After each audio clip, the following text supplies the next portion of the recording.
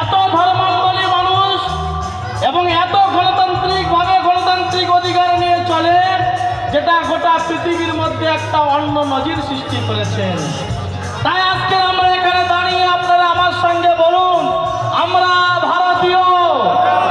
হাত উঁচু করে বলুন, আমরা ভারতীয়, আমরা গর্বিত, আমরা ভারতীয়, আমরা গর্বিত।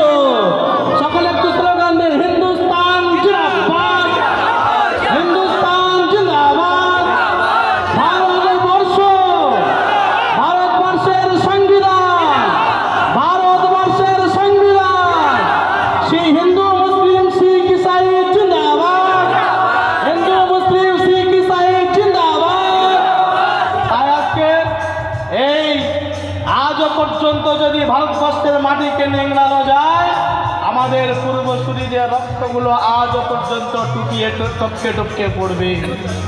তাদের এই আত্মবলিদান, তাদের সেই লড়াইয়ের কারণে যারা যুদ্ধের ময়দানে গিয়ে সাম্রাজ্যবাদী ব্রিটিশের কাছে গিয়ে বুক পেতে দিয়েছিল, কিন্তু বলেছিল বুক পেতে দেব, ভারতের 1 ইঞ্চি মাটি আমরা ছাড়তে রাজি নয়।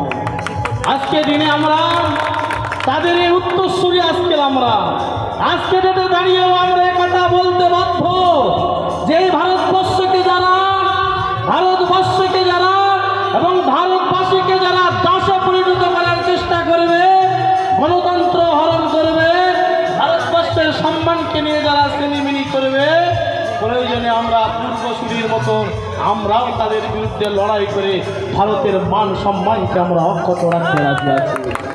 সাথে সাথে বরাবরই আমরা একটা শৃঙ্খলা পরায়ণ